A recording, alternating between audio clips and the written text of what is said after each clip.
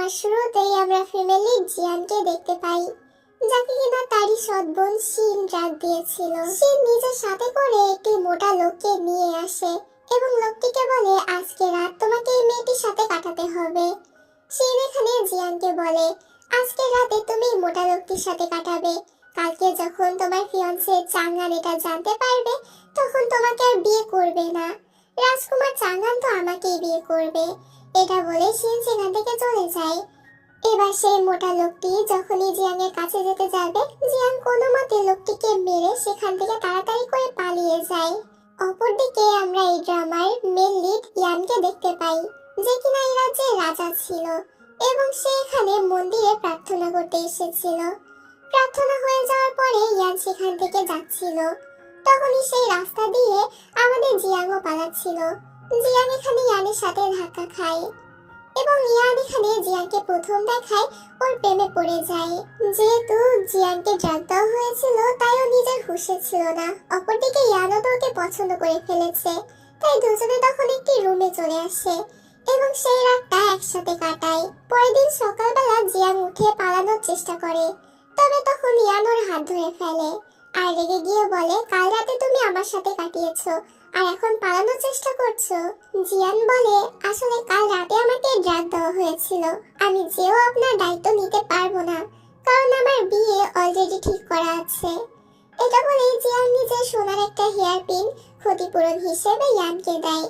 তবে ওর যে ফিয়ান্সে আছে এটা শুনে ইয়ান তো অনেক বেশি রেগে যায়, কারণ ইয়ান তো ওকে পছন্দ করে ফেলেছে। এদিকে বাইরে আমরা দেখতে পাই শিন ততক্ষণে রাজকুমার চাঙ্গানকে নিয়ে চলে এসেছিল। বাইরে থেকে আওয়াজ পেয়ে জিয়াং এটা বুঝে যায়। জিয়াং তাড়াতাড়ি সেখান থেকে যেতে গেলে পা মুচকে পড়ে যেতে নেয়, তবে সময় মতো ইয়ান ওকে ধরে ফেলে। তখনই বাইরে থেকে আবারও আওয়াজ পেয়ে জিয়াং তো অনেকটা ঘাবড়ে যায় এবং তাড়াতাড়ি ইয়ানকে সেখান থেকে চলে যাওয়ার জন্য বলে। তবে ইয়ান সেখান থেকে যেতে রাজি হয় না। ইয়ান বলে, তুমি আগে আমাকে অনুরোধ করো, তারপর আমি এখান থেকে যাব। জিয়াং বলে, প্লিজ তুমি এখান থেকে চলে যাও, আমি তোমার কাছে অনুরোধ করছি। তবে এতেও ইয়ানের হয় না। ইয়ান বলে, তুমি দেখছি অনুরোধ করতেও জানো না, এখন আমাকে কিস করো। এতে সাথে সাথে তখন জিয়াং ওকে কিস করে দেয়, তবে তাতেও ইয়ানের হয় না। ইয়ান তো ওকে লিপ কিস করে দেয়। এদিকে বাইরে যখনই শিন দরজা খুলতে যাবে, তখনই বেরিয়ে আসে জিয়াং। জিয়াং তো এখানে একেবারেই স্বাভাবিক ছিল, যেন এখনই ঘুম থেকে উঠেছে। শিন বলে, আগে আমাকে ভিতরে যেতে দাও। জিয়াং বলে, কেন? তুমি আমার রুমে কেন প্রবেশ করবে? আমি আমার রুমে কাউকে প্রবেশ করতে দেব না। এতে তখন চাঙ্গান বলে, কেন? তুমি নিজের রুমে কি কাউকে লুকিয়ে রেখেছো যে প্রবেশ করতে দিবে না? চাঙ্গানের কথা শুনে জিয়াং অবাক হয়ে জিজ্ঞেস করে, তুমি কি আমাকে সন্দেহ করছো? তবে শিন তখন ওকে ধাক্কা মেরে সরিয়ে দেয় আর ভিতরে ঢোকে। তবে ভিতরে কেউই ছিল না, যেটা দেখে শিন নিজেই অবাক হয়ে যায়, কারণ ও নিজেই মোটা লোকটিকে কাল রাতে এখানে রেখে গিয়েছিল। তাহলে লোকটি গেল কোথায়? জিয়াং তখন বলে, তুমি নিজের বোনকে কেন ফাঁসানোর চেষ্টা করছো? কেন শুধু শুধু আমার উপর এভাবে অপবাদ দিচ্ছ? শিন এটা শুনে বলে, তুমি কি মনে করেছো যে রাজকুমার চাঙ্গান তোমাকে পছন্দ করে, তোমাকে ভালোবাসে? আসলে এমন কিছুই না, আসলে সে নিজেই তোমাকে ফাঁসানোর প্ল্যানটা করেছিল। এটা শুনে জিয়াং অবাক হয়ে চাঙ্গানের দিকে তাকায় আর জিজ্ঞেস করে, তুমি কি সত্যি এগুলো করেছো? আর কেনই বা এমন করলে? আমরা তো ছোটবেলা থেকে একে অপরকে ভালোবাসি, একে অপরকে বিয়ে করতে চাই। এটা শুনে শিন বলে, রাজকুমার চাঙ্গান তোমাকে বিয়ে করতে চায় না, সে আমাকে বিয়ে করতে চায়। তাছাড়া আমার গর্ভে তার সন্তানও আছে। চাঙ্গান তখন বলে, শিন একেবারে ঠিক বলছে, তুমি অনেক বোরিং, তোমাকে আমি বিয়ে করতে চাই না। আর আমরা সবাই জানি আমাদের রাজ্যের রাজা কখনো বাবা হতে পারবে না, যার কারণে সে আমার সন্তানকে অ্যাডপ্ট করবে। তাই ভবিষ্যতে শিন এবং আমার সন্তানই হবে এই রাজ্যের রাজা। আর এখন তুমি নিজে থেকে এই বিয়েটা ভাঙবে। সবকিছু শুনে জিয়াং হতবাক হয়ে যায় আর বলে, আমি এই বিয়ে কখনোই ভাঙবো না, আমি বিয়ে করলে তোমাকেই বিয়ে করব। আর রাজার ডিক্রি অনুযায়ী আমাকেই তোমার প্রধান পত্নী বানাতে হবে। তখন তোমার আর আমার সন্তানই হবে ভবিষ্যতের রাজা। যদিও বা তুমি শিনকে বিয়ে করো, সে তো শুধুমাত্র তোমার উপপত্নী হবে। তোমরা দুজন আমাকে এভাবে ঠকিয়েছো, আর কি করে ভাবলে যে আমি তোমাদেরকে এত সহজে ছেড়ে দেব? আমি এই প্রতিশোধ নিয়েই ছাড়বো। আমি এই বিয়ে কখনোই ভাঙবো না। চাঙ্গান তখন ওকে ধমকাতে শুরু করে আর বলে, আমি তোমাকে বিয়ে করতে চাই না, তুমি নিজে থেকে এই বিয়ে ভাঙবে। তবে এখানে জিয়াং ওকে স্পষ্টভাবে জানিয়ে দেয় ও এই বিয়ে কিছুতেই ভাঙবে না। যেটাতে তখন শিন হাসতে শুরু করে আর বলে, তুমি যদি এই বিয়ে না ভাঙো তাহলে তোমার ভাইকে আমি মেরে ফেলবো। তোমার ভাই শিফান তো আমার কাছেই বন্দি আছে। এটা দেখে জিয়াং বলে, শিফানকে যদি মেরে ফেলো তাহলে বাবা তোমাকে ছাড়বে না, কারণ বাবা শিফানকে অনেক ভালোবাসে। শিন এটা শুনে বলে, তোমার কি মনে হয় যে বাবার অনুমতি ছাড়া আমি শিফানকে বন্দি করেছি? আসলে বাবা নিজেও জানে আমার সন্তানই হবে ভবিষ্যতে রাজা, তাই সে আর বাধা দেয়নি। এটা শুনে জিয়াং তো পুরোই হতবাক হয়ে যায়। শেষে কিনা ওর বাবা ওর সাথে এমনটা করলো। এবার শিফানকে বাঁচাতে জিয়াং এই বিয়েটা ভেঙে দেওয়ার জন্য রাজি হয় এবং তাড়াতাড়ি আবেদন পত্রে সই করে দেয়। যে আবেদন পত্রে লেখা ছিল স্বইচ্ছায় এই বিয়েটা ভাঙছে এবং শিফানকেও বাঁচিয়ে নেয়। শিন তখন গার্ডদেরকে আদেশ দেয়, এবার এই ম্যানশন থেকে এদের দুজনকে বের করো, তার সাথে ওরা যে দামি দামি জিনিসপত্র পড়ে আছে সেগুলো ওদের কাছ থেকে কেড়ে নাও। এদিকে ইয়ানের আদেশে গার্ড তখন জিয়াংয়ের সকল খবরাখবর নিয়ে এসেছিল যে জিয়াং হচ্ছে এই রাজ্যের মার্কুইসের বড় মেয়ে এবং তার ফিয়ান্সে হচ্ছে রাজকুমার চাঙ্গান। জিয়াংয়ের ফিয়ান্সে আছে এটা শুনে ইয়ান তো মনে মনে জেলাস ফিল করে আর নিজের গার্ডকে জিজ্ঞেস করে, তোমার কি মনে হয় জিয়াংয়ের সাথে রাজকুমার চাঙ্গানকে মানায়? এবার গার্ড তখন বলতেই যাচ্ছিল, যেহেতু রাজা নিজেই বিয়ে ঠিক করেছিল তার মানে নিশ্চয় ওদেরকে ভালো মানায়। তবে এই কথা বুঝতে পেরে ইয়ান তখন অনেক বেশি রেগে যায়। যেটা বুঝতে পেরে গার্ড তখন বলে, আরে না না, আমি তো না বলছিলাম যে ওদের দুজনকে খুব খারাপ লাগে একসাথে, একদমই মানায় না। এটা শুনে ইয়ান তখন খুশি হয়ে যায় এবং মনে মনে ভাবে, এই রাজার হঠাৎ করে কি হলো, কোথাও রাজা আবার প্রেমে টেমে পড়লো নাকি? এদিকে ইয়ান তো মনে মনে এটাই ভাবছিল যে জিয়াংয়ের বিয়েটা কি করে ভাঙা যায়। ঠিক তখনই ওর কাছে সেই আবেদন পত্রটি চলে আসে যেখানে জিয়াং নিজে থেকে চাঙ্গানের সাথে বিয়েটা ভেঙে দিয়েছে।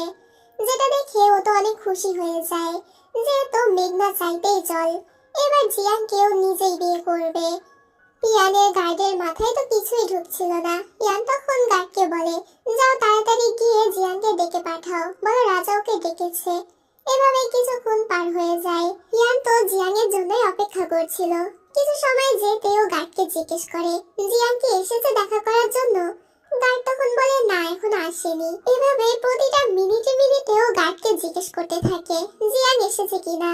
গার্ডও খুবই সম্মানের সাথে জানায়, মাননীয়, এখনো সে এসে পৌঁছায়নি। ইয়ানের ধৈর্যের বাঁধ তো এবার ভেঙেই যায়। অপরদিকে আমরা জিয়াংকে দেখতে পাই যাকে কিনা বাড়ি থেকে বের করে দেওয়া হয়েছিল এবং জিয়াং তখন নিজের ভাইয়ের পড়াশোনা চালানোর জন্য একটি গার্মেন্ট ফ্যাক্টরিতে কাজ নিয়ে নিয়েছিল।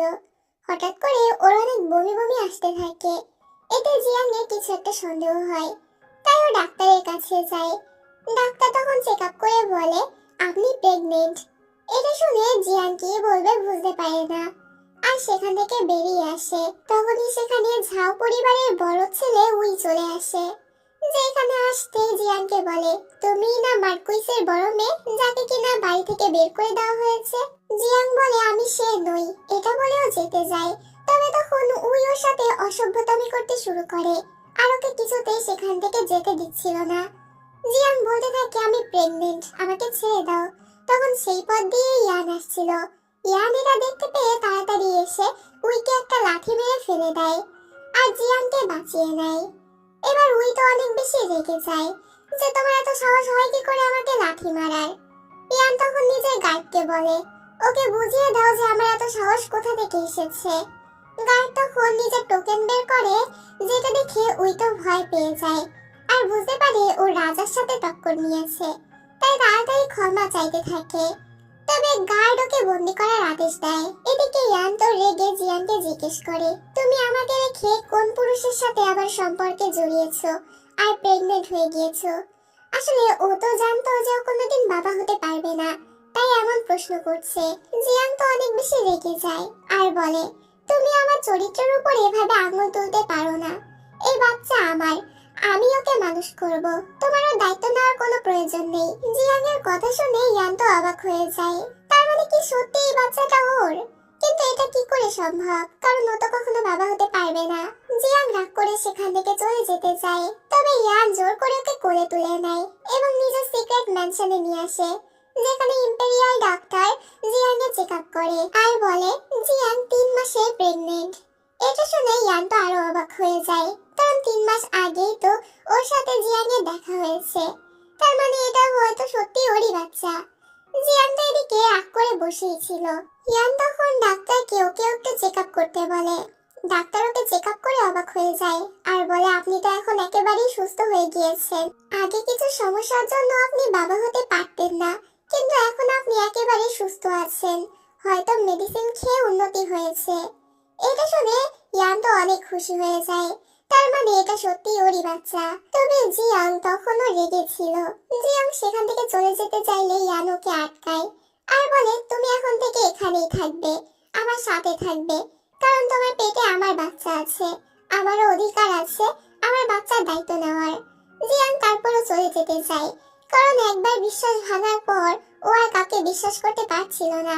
ইয়ান আবারও ওকে আটকায় আর বলে ঠিক আছে, বাচ্চার দায়িত্ব তুমি নিতে চাও তো তাহলে বাচ্চার দায়িত্ব তুমিই নিও, তোমার দায়িত্ব এখন থেকে আমার, আমি তোমার খেয়াল রাখবো, তুমি এখান থেকে কোথাও যেতে পারবে না। এই কথা শুনে তখন জিয়ং একটু একটু বলতে শুরু করে, এই প্রথম কেউ আর এত কেয়ার করছে, যেটা জিয়ং এর কাছে অনেক ভালো লাগে।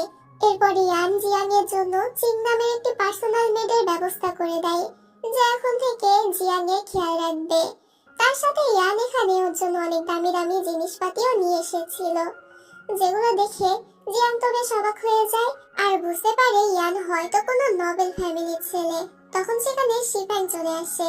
মূলত ইয়ানই এখানে শিফাংকে আনার ব্যবস্থা করেছে, এখন থেকে শিফাং এর দায়িত্ব ইয়ান নেবে, যেটাতে জিয়াং তো আরো খুশি হয়ে যায়। এরপর শিফাং জিয়াংকে বলে কাল মায়ের মৃত্যুবার্ষিকী, আমরা কি মায়ের মেমোরিয়াল ট্যাবলেটের সামনে সম্মান প্রদর্শন করতে যাব না?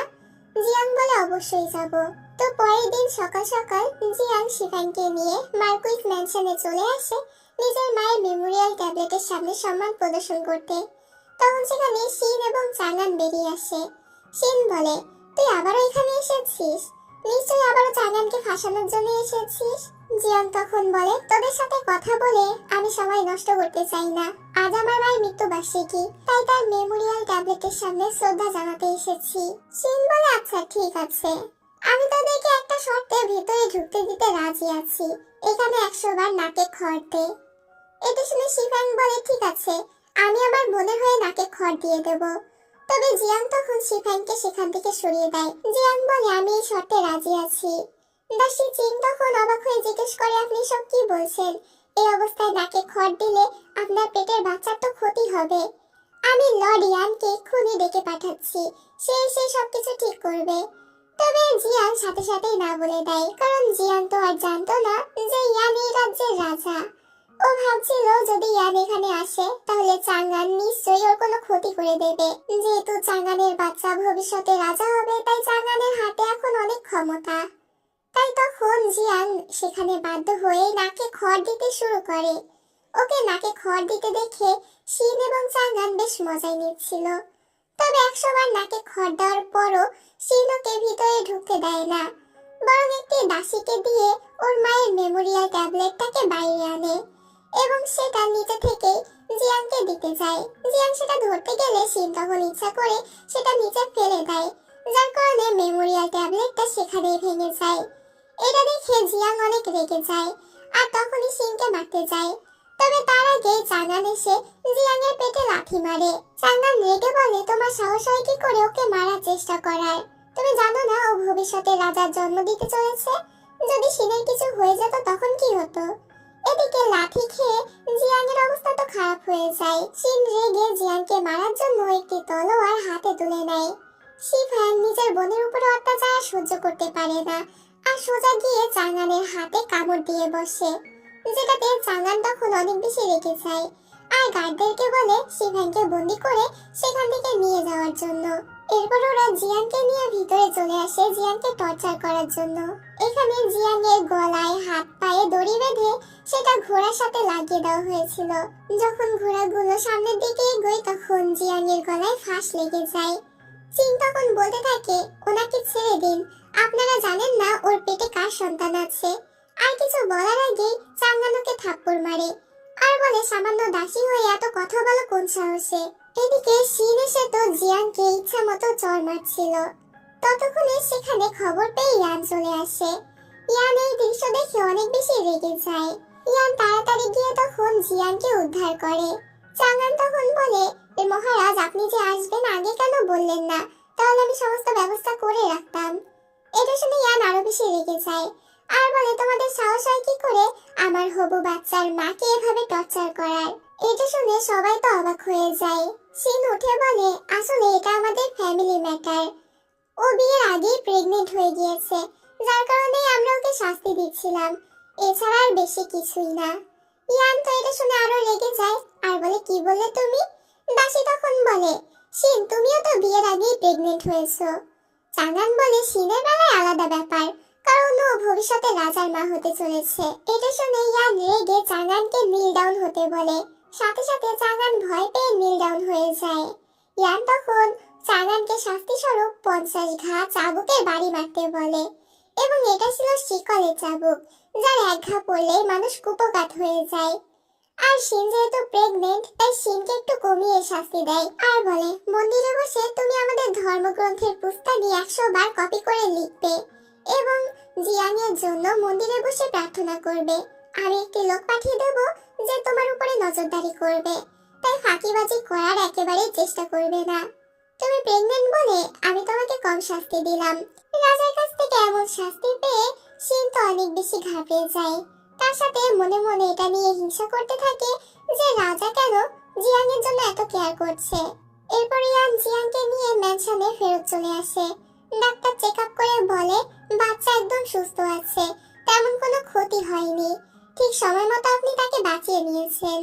ইয়ান এটা শুনে একটু নিশ্চিন্ত হয়। কিছুক্ষণ পরে জিয়াংয়ের জ্ঞান ফেরে।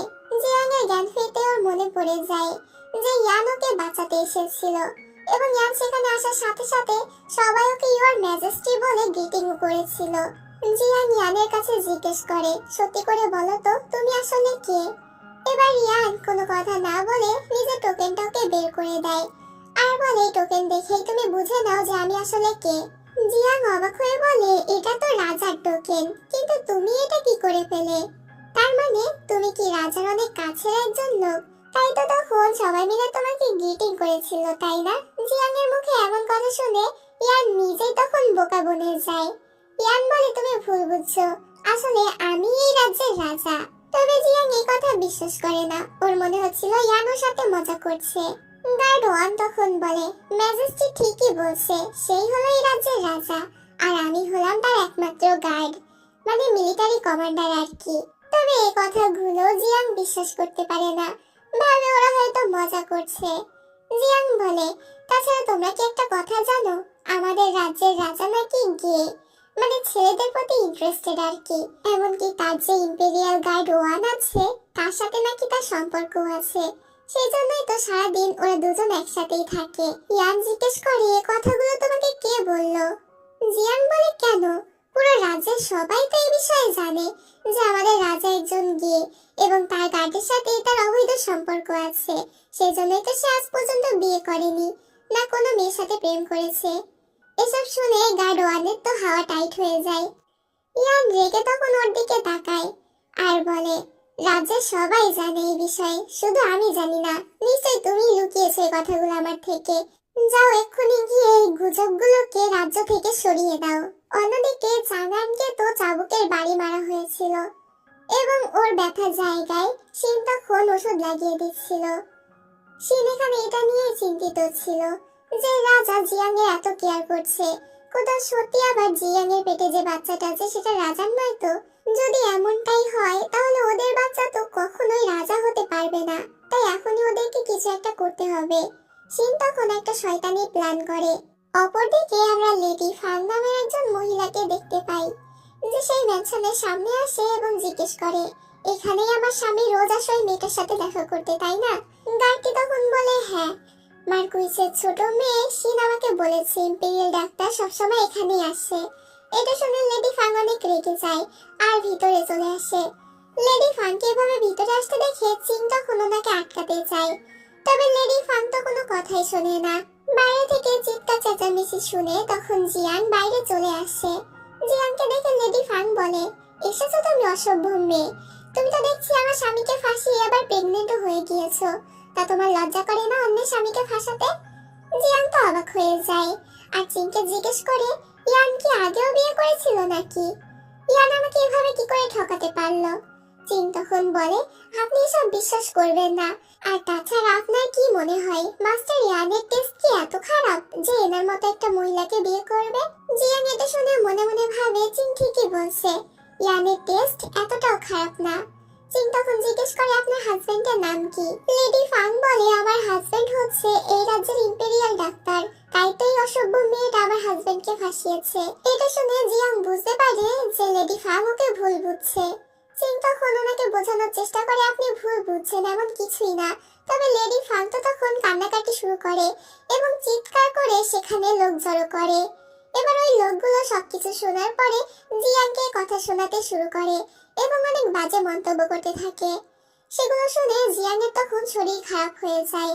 জিয়াং সেখানে দাঁড়িয়ে থাকতে পারছিল না। তবে লেডি ফাংয়ের মনে হচ্ছিল জিয়াং নাটক করছে, তাই জিয়াংকে তখন তিনি একটি লাঠি দিয়ে মারার জন্য যায়। তবে যখনই ওকে মারতে যাবে তার আগে কেউ একজন লেডি ফাংকে লাঠি মেরে ফেলে দেয়, যেটার অন্য কেউ নয় বরং ইয়ান ছিল। ইয়ান তাড়াতাড়ি করে জিয়াংয়ের কাছে যায়, তবে শরীর খারাপ হওয়ার কারণে জিয়াং সেখানেই জ্ঞান হারিয়ে ফেলে। এদিকে লেডি ফাং তো অনেক বেশি রেগেছিল, তোমার সাহস হয় কি করে আমাকে লাঠি মারার? তুমি কি জানো আমার হাজবেন্ড হলো এই রাজ্যের ইম্পেরিয়াল ডাক্তার? ইয়ান তখন বলে, আমি চাইলে 2 সেকেন্ডের মধ্যে তোমার হাজবেন্ডকে ডাক্তার পদ থেকে সরিয়ে দিতে পারি। লেডি ফাং বলে, তুমি এমন ভাবে কথা বলছো যেন তুমি হলে এই রাজ্যের রাজা। ইয়ান তখন কোনো কথা না বাড়িয়ে জিয়াংকে কোলে তুলে নেয় আর গার্ডদেরকে আদেশ দেয় এই লেডি ফাংকে ততক্ষণ পর্যন্ত চড় মারতে যতক্ষণ না সে বোবা হয়ে যাচ্ছে। এটা বলে ইয়ান সেখান থেকে চলে যায়। লেডি ফাংকে গার্ডরা বন্দি করে আর ওকে চড় মারতে থাকে। ততক্ষণে খবর পেয়ে সেখানে ইম্পেরিয়াল ডাক্তার চলে আসে। ইয়ানও বাইরে বেরিয়ে এসেছিল। ইয়ানকে দেখে লেডি ফাং বলে, এই শয়তান ছেলেটাই আমাকে বন্দি করে মেরেছে, ওকে তুমি শাস্তি দাও। এই কথা শুনে ইম্পেরিয়াল ডাক্তার তখন উল্টো তাকেই থাপ্পড় দিয়ে বসে। ইম্পেরিয়াল ডাক্তার তখন হাঁটু গেড়ে ইয়ানের সামনে নিজের স্থির হয়ে ক্ষমা চায় আর বলে সে ভুল করে ফেলেছে।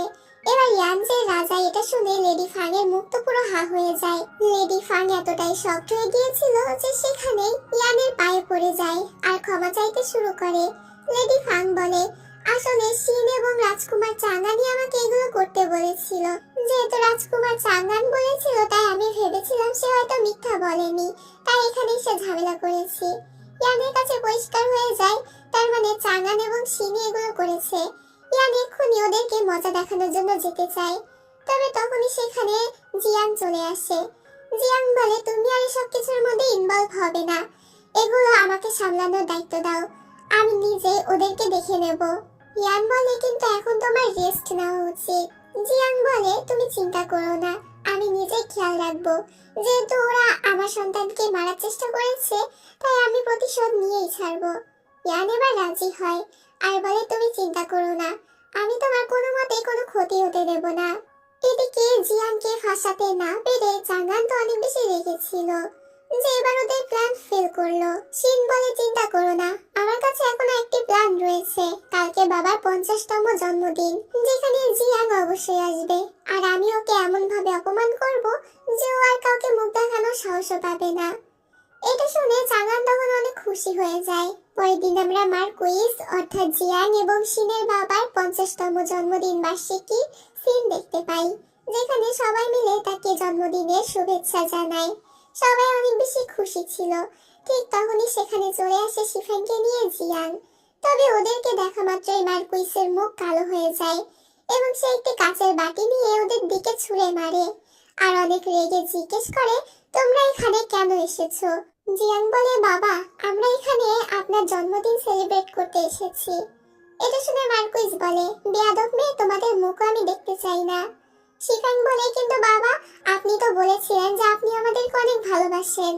এটা শুনে মার্কুইস তখন মনে মনে শিফেন এবং জিয়াং এর কাছে ক্ষমা চায় আর ভাবে, আমি ক্ষমতার জন্য এগুলো করছি, কারণ শিনের পেটে এখন ভবিষ্যতের রাজা রয়েছে, তাই ক্ষমতার জন্য আমাকে এগুলো করতেই হবে। আশেপাশের সকল লোক তখন কানাঘুষো করতে শুরু করে, মার্কুইস নিজের মেয়ের সাথে এমন কেন করছে। তখন অপর একটি লোক বলে, কারণ এই মেয়েটি বিয়ের আগে প্রেগনেন্ট হয়ে গিয়ে পরিবারের মান সম্মান ডুবিয়েছে। এসব কিছু তখন জিয়াংও শুনতে পায়। জিয়াং তখন নিজের বাবাকে বলে, আমি এখানে আপনার কাছে বিচার চাইতে এসেছি। জিয়াং নিজের বাবাকে সবকিছু খুলে বলে যে শিন ওর উপরে কতটা অত্যাচার করেছে। তবে এগুলো শোনার পর উল্টো মার্কুইস ওকেই চড় মারে। আশেপাশের লোক তখন জিয়াংকে চরিত্রহীন বলে খারাপ খারাপ কথা বলতে থাকে আর জিজ্ঞেস করতে থাকে এই বাচ্চার বাবাকে। সবাই মিলে ওকে চারদিক থেকে প্রায় আষ্টেপৃষ্টে ঘিরে ধরে, যেগুলো দেখে শিন এবং চাঙ্গান তো বেশ মজাই পাচ্ছিল। চীন আর সহ্য না করতে পেরে বলে ওঠে, মিস জিয়াং এর পেটে এই রাজ্যের রাজার বাচ্চা আছে। এটা শুনে কেউ তো এই কথা বিশ্বাস করে না, উল্টো তখন ওদেরকে কথা শোনাতে শুরু করে যে রাজা তো কখনো বাবা হতেই পারবে না। তোমাদের সাহস হয় কি করে রাজার নামে এরকম দুর্নাম রটানোর? এর জন্য তো ওকে শাস্তি দেওয়া উচিত। এতে তখন মার্কুইস একটি লাঠি নিয়ে আসে জিয়ানকে মারার জন্য। তবে তখনই সামনে ইয়ান চলে আসে এবং লাঠির বাড়ি ওর গায়েই লাগে। ইয়ান রেগে বলে, তোমাদের এত সাহস হয় কি করে জিয়ানের ক্ষতি করার চেষ্টা করার? এটা বলে ইয়ান যখন পিছন দিকে ঘোরে, সবাই ইয়ানকে এখানে দেখে অবাক হয়ে যায়। মার্কুইসের রিঅ্যাকশনটা দেখার মতো ছিল। সবাই মিলে তখন ইয়ানের কাছে ক্ষমা চাইতে থাকে। এদিকে সিং তো মনে মনে অনেক বেশি হিংসায় জ্বলছিল যে রাজা কেন জিয়াংয়ের জন্য এত কেয়ার করছে। এদিকে জিয়াংও তো অনেক বেশি অবাক যে সত্যি ইয়ান এই রাজ্যের রাজা।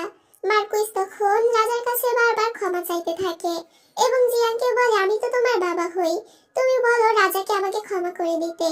জিয়াং তখন বাবার এই কথা শুনে অনেক বেশি ইমোশনাল হয়ে যায় আর বলে, আমি তো আপনার মেয়ে হই, আপনি কি করে আমার সাথে এটা করতে পারলেন? ইয়ান শাস্তি স্বরূপ তখন শিনের বাবাকে মার্কুইস পদ থেকে সরিয়ে দেয় এবং নতুন মার্কুইস হিসেবে শিফাংকে নিয়োগ দেয়। এখন থেকে শিফাংই মার্কুইসের দায়িত্ব পালন করবে। শিন তখন উঠে দাঁড়ায় আর বলে, আপনি এটা করতে পারেন না, শিফাংয়ের মতো একটা বাচ্চা এত বড় দায়িত্ব কি করে সামলাবে? এই কথা বলা মাত্রই মার্কুইস তখন উল্টো শিনকে চড় মারে আর বলে, এত কিছু করার পরও তোমার শান্তি হয়নি, তারপরও কথা বলছো? এদিকে চাঙ্গান তখন ইয়ানকে বলে, মহারাজ আপনি এটা ঠিক করছেন না, কারণ আপনি জানেন এমপ্রেস কখনোই আপনার এবং জিয়াং এর সম্পর্ক মেনে নেবে না। ইয়ান এটা শুনে রেগে বলে, তোমাকে এসব নিয়ে চিন্তা করতে হবে না, আর শিন এবং তোমার শাস্তি পাওয়া এখনো বাকি আছে। শাস্তি স্বরূপ আমি তোমাদেরকে 10 বছরের স্যালারি কেটে নিচ্ছি এবং এখন থেকে 1 বছর তোমরা ঘরবন্দি হয়ে থাকবে, মানে ম্যানশন থেকে বেরোতে পারবে না কারোর অনুমতি ছাড়া। তখনই সেখানে রাজমাতা এসে হাজির হয়। রাজমাতা এখানে আসতে না আসতেই শিনের অনেক কেয়ার করতে শুরু করে। আসলে সে তো এখানে ঘটে যাওয়া সমস্ত কিছু জানতো না এবং জানতো যেহেতু ইয়ান কখনো বাবা হতে পারবে না, তার মানে শিনের গর্ভে যে সন্তান আছে সেই রাজা হবে। এদিকে জিয়াং রাজমাতাকে গেটিং করার জন্য নিচু হলে তখন সেখানে ইয়ান এসে ওকে উঠতে বলে, যেটা দেখে তখন রাজমাতা অনেক বেশি রেগে যায় আর বলে, আমি কি ওকে উঠতে বলেছি নাকি? আর জিয়ানকে বলে, তোমার সাহস হয় কি করে তুমি রাজাকে সিডিউস করো? ইয়ান বলে, আপনি যেরকম ভাবছেন সেরকম কিছুই না, জিয়াং অনেক ভালো একটা মেয়ে। রাজমাতা বলে, তুমি কেন ওকে এরকম ভাবে প্রোটেক্ট করছো? কোথাও ওর পেটে যে সন্তান আছে সেটা তোমার নয় তো? ইয়ান তখন হ্যাঁ বলতে গিয়েও থেমে যায় আর মনে মনে ভাবে, যদি এখনো সবার সামনে বলে দেয় জিয়াং এর পেটে ওর সন্তান আছে, তাহলে এখানে থাকা সবাই জিয়াং এবং ওর সন্তানের ক্ষতি করার চেষ্টা করবে।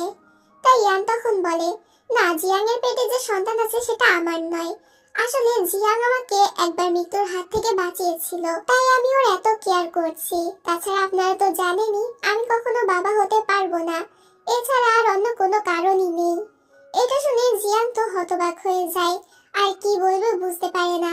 রাজমাতা আশ্বস্ত হয় আর বলে, যেহেতু ও তোমার প্রাণ বাঁচিয়েছে তাহলে তোমারই ওর কেয়ার করা উচিত। এরপর সবাই সেখান থেকে চলে গেলে ইয়ান যায় জিয়াং এর সাথে কথা বলার জন্য, ওকে বোঝানোর জন্য। তবে জিয়াং বলে, আমি আপনার প্রাণ বাঁচিয়েছি বলে আপনি আমার এত কেয়ার করছেন, আমাকে থাকার জন্য জায়গা দিয়েছেন, এটাই অনেক। আপনি আমার সাথে আর কথা বলতে আসবেন না, না হলে সবাই আপনার চরিত্রে আঙুল তুলবে। এটা বলে সেখান থেকে জিয়াং চলে যায় এবং বাড়িতে এসে ও অনেক কান্না করতে থাকে, এটা ভেবে যে ইয়ান কিভাবে ওকে ধোঁকা দিতে পারলো।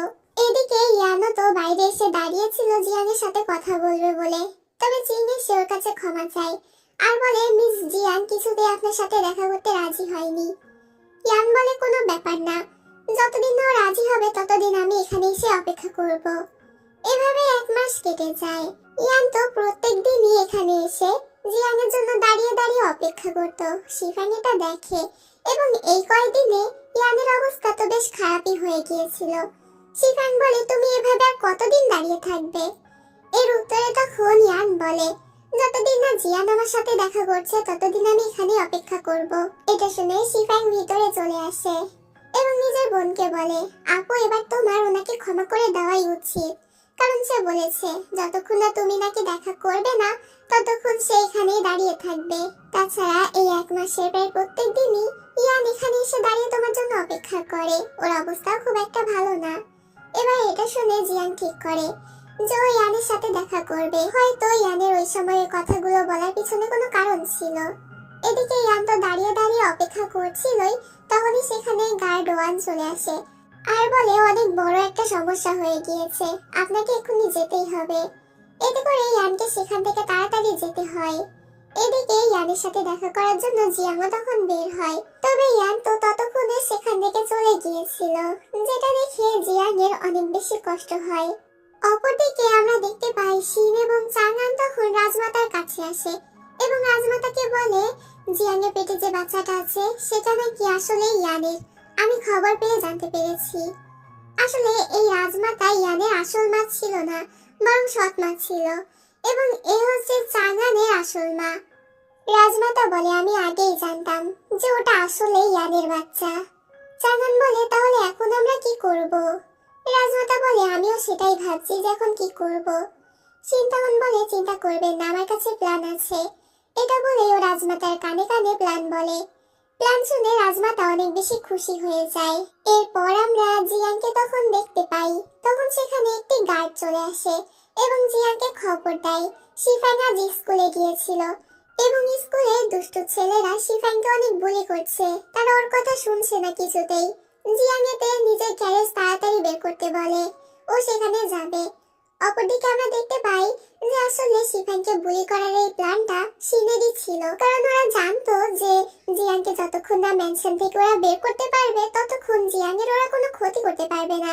এদিকে স্কুলে সেই বাজে ছেলেগুলো শিফাংকে অনেক বাজেভাবে মেরেছিল, তার সাথে ওরা শিফাংয়ের বোন মানে জিয়াংকে নিয়ে অনেক বাজে বাজে কথা বলছিল। তখনই সেখানে জিয়াং নিজের গার্ডের সাথে চলে আসে। এবার সেই গার্ডের কাছে তলোয়ার ছিল, যেটা দেখে বাচ্চাগুলো সেখান থেকে ভয় পেয়ে পালিয়ে যায়। শিফাংয়ের এই অবস্থা দেখে জিয়াং অনেকটা কষ্ট পায়। তখন আমরা দেখতে পাই আড়াল থেকে কেউ জিয়াংয়ের দিকে তীর তাক করে আছে। ততক্ষণে সেখানে ইয়ানও খবর পেয়ে পৌঁছে গিয়েছিল। ইয়ান তখন দেখতে পায় ওই লোকটি জিয়াংয়ের দিকে তীর চালাচ্ছে। এতে তাড়াতাড়ি সামনে ইয়ান চলে আসে, যার কারণে তীরটা তখন ইয়ানের গায়ে লাগে। এটা দেখে জিয়াং তো অবাক হয়ে যায়। তখন সেখানে গার্ড আন চলে আসে এবং একটি বিষাক্ত সুই দিয়ে সেই লোকটিকে মেরে ফেলে। এদিকে ইয়ানের অবস্থা তো বেশ খারাপ হয়ে যায়, যেটা দেখে জিয়াং তো কান্নাকাটি করতে শুরু করে। ইয়ান তখন বলে তুমি কি এখন আমাকে ক্ষমা করতে পেরেছো? জিয়াং বলে হ্যাঁ, আমি বুঝতে পেরেছি তোমার ওই কথাগুলো বলার পিছনে কোনো কারণ ছিল, তবে ইয়ানের এখানে মনে হচ্ছিল ও হয়তো আর বাঁচবে না।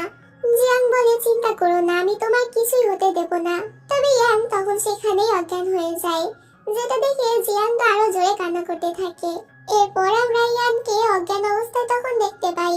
ডাক্তার জিয়াংকে বলে যে তীরটা দিয়ে রাজাকে মারা হয়েছে সেই তীরে বিষ মাখানো ছিল, যার কারণে রাজার অবস্থা অনেক খারাপ হয়ে গিয়েছে। এখন তার জ্ঞান কবে ফিরবে সেটা আমি বলতে পারছি না। এটা শুনে জিয়াং তো আরো বেশি কান্নাকাটি করতে থাকে। অপরদিকে এই খবর তখন এদের কাছেও পৌঁছে যায়। এতে তখন ওরা আরো বেশি খুশি হয়ে যায়। ইয়ান না থাকলে সরাসরি তো চাংআন রাজ্য দখল করে নিতে পারবে, আর ইয়ান না থাকলে ওরা খুব সহজেই জিয়াংকেও মেরে ফেলতে পারবে, তাই ওদের চিন্তা করতে হবে না। ওরা তিনজন তো তখনই জিয়াংকে মারার জন্য আসে, সাথে করে ওরা নিজেদের গাইডদেরকেও নিয়ে এসেছিল। তবে জিয়াং এর তেমন কোনো ক্ষতি করার আগেই তখন সেখানে ইয়ান চলে আসে আর বলে এখানে কি হচ্ছে। আসলে ইয়ানের তো আগেই জ্ঞান ফিরে এসেছিল। ইয়ানকে জীবিত দেখে এরা তো পুরো অবাক হয়ে যায়, কারণ ওরা ভেবেছিল ইয়ান হয়তো মারা গিয়েছে। রাজমাতা এবার নিজেকে বাঁচানোর জন্য নাটক করে বলতে থাকে আমরা তো এখানে তোমাকে দেখতে এসেছিলাম, যে তুমি কেমন আছো। ইয়ান বলে আচ্ছা তাই নাকি। রাজমাতা বলে হ্যাঁ, এখন যেহেতু তুমি ঠিক আছো তাহলে আমরা চলে যাই, আমাদের তো এখানে কোনো প্রয়োজন নেই তাই না। এটা বলে ওরা তিনজনই সেখান থেকে তাড়াতাড়ি কেটে পড়ে। এরপর জিয়ান তো ইয়ানের অনেক বেশি কেয়ার করতে থাকে। জিয়ান সেখান থেকে কিছু একটা আনার জন্য যেতে চাইলে ইয়ান ওর হাত ধরে ফেলে আর যেতে দেয় না, এমনকি বুকে ব্যথার অভিনয়ও করতে থাকে। জিয়ান ওকে নিয়ে চিন্তা করতে শুরু করলে ইয়ান ওকে এক টান দেয় এবং সোজা নিজের কোলে বসিয়ে নেয়। তখনই সেখানে দৌড়াতে দৌড়াতে গার্ড ওয়ান হাজির হয় আর এই দৃশ্য দেখে তাড়াতাড়ি নিজের চোখ বন্ধ করে নেয়। গার্ড ওয়ান এর পরে বলে যে রাজমাতা এখন পর্যন্ত যা যা অপরাধ করেছিল তার সমস্ত প্রমাণ আমি খুঁজে বের করেছি। এটা বলেও সমস্ত প্রমাণ ইয়ানের হাতে দেয়। ইয়ান এটা দেখে বেশ খুশি হয়ে যায়। এদিকে এরা তো অনেক বেশি রেগেছিল, একের পর এক সব প্ল্যান ভিজতে গিয়েছে, তাই এবার ওদেরকে নতুন কিছু করতে হবে। পরের দিন জিয়ান সুন্দর করে সেজে রাজসভায় আসে, কারণ আজকে ইয়ানোকে রাজ্যের রানী হিসেবে ঘোষণা দেবে। তখন গাইডওয়ান বিক্রি করার মাধ্যমে রাজসভায় ঘোষণা করে আজ থেকে জিয়ান হচ্ছে ওদের নতুন রানী। তার উপরে ইয়ান এখানে রাজমাতার সমস্ত জারিজুরি শেষ করারও প্ল্যান করে এসেছিল, যেহেতু ওর কাছে রাজমাতার বিরুদ্ধে সমস্ত প্রমাণই ছিল আর কি। এমনকি আগের যে রাজা ছিল মানে ইয়ানের বাবা আর কি, তাকেও তো রাজমাতাই খুন করেছে। ইয়ান সমস্ত প্রমাণ মন্ত্রীদের হাতে পৌঁছে দেয়। এতে সবার কাছে পরিষ্কার হয়ে যায় যে রাজমাতা আসলে কতটা খারাপ একটা মানুষ। ইয়ান তো সাক্ষী হিসেবে সেখানে একজন সার্ভেন্টকেও এনেছিল, যে সার্ভেন্টকে দেখে রাজমাতা তো অনেক বেশি ঘাবড়ে যায়। আসলে এই সার্ভেন্ট ছিল রাজমাতার বোনের সার্ভেন্ট। মেয়েটি তখন সবাইকে বলে আমার মুখের এই অবস্থার জন্য রাজমাতাই দায়ী এবং সেই নিজের বোনকে খুন করেছে, কারণ রাজমাতা কখনোই মা হতে পারত না। চাঙ্গান তো তার আসল ছেলেই না, বরং চাঙ্গান হচ্ছে রাজমাতার বোনের ছেলে। সে নিজের বোনকে হত্যা করে চাঙ্গানকে চুরি করে এনেছিল। এটা শুনে চাঙ্গান রেগে যায় আর রাজমাতাকে জিজ্ঞেস করে আপনি কি সত্যি আমার মাকে মেরেছেন। রাজমাতা বলে দেখো এসব কিছু আমি তোমার ভালোর জন্যই করেছিলাম। তবে চাঙ্গান অনেক রেগে নিজের হাত ছাড়িয়ে নেয়।